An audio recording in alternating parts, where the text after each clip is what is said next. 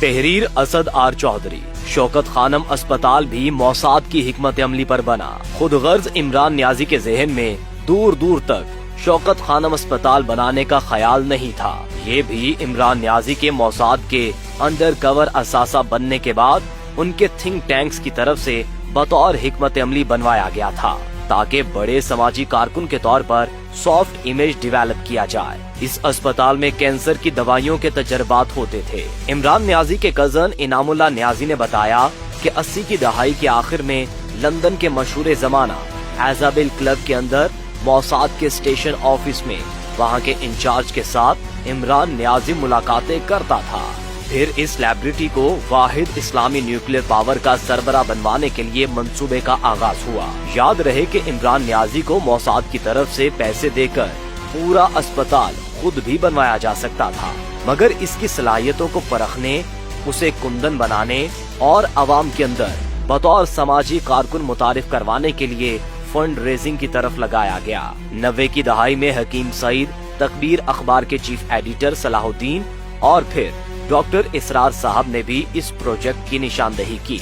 हकीम सईद और सलाहुद्दीन साहब को पुर इसरार तरीके से कत्ल भी कर दिया गया। मौसाद से कनेक्ट करवाने वाली गोल्ड स्मिथ फैमिली थी, इसलिए जमाइमा को बाद में इमरान नियाजी की हैंडलर बनाकर उससे शादी करवाई गई और मुसलमान होने का ड्रामा रचाया गया। जमाइमा जब पाकिस्तान आ रही थी तो कुछ सालों में उसे अंदाजा हो गया कि ये शख्स अयाशियों में मुब्तला है और अपने मकसद पर फोकस नहीं, इसलिए वो इमरान नियाजी से अफहाम तफहीम से तलाक लेकर वापस चली गई। मगर असासे को हाथ में रखा गया कि शायद कभी काम आ जाए, और वो ही हुआ। मिसाके जमहूरियत के बाद फौज को पीपल्स पार्टी और नून लीग के अलावा तीसरी सियासी ताकत चाहिए थी। पहले एमक्यूएम पर काम किया गया, मगर वो अपने माजी के बैगेज की वजह से पजीराई हासिल ना कर सके, जिसके बाद अरसे दराज से टेबल पर पड़ी फाइल उठाकर शुजा पाशा के इसरार पर 2011 में प्रोजेक्ट इमरान शुरू किया गया और फिर इस प्रोजेक्ट ने पाकिस्तान में तबाही मचा दी।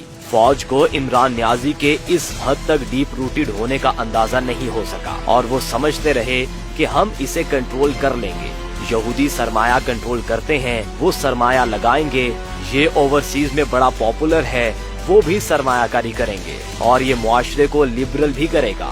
मगर प्रोजेक्ट उल्टा तब पड़ा जब उन्हें अंदाजा हुआ कि ये तो कल्ट फॉलोवर्स पैदा करके सी पैक बंद कर गया, कश्मीर दे गया, डिफॉल्ट करवाकर न्यूक्लियर रोल बैक करवाना चाहता है और फिर मुल्क में फाशिस्ट हुक्मरान बनकर हमेशा के लिए हुकूमत करना चाहता है और साथ ही मजहब के अंदर भी फैब्रिकेशन कर रहा है।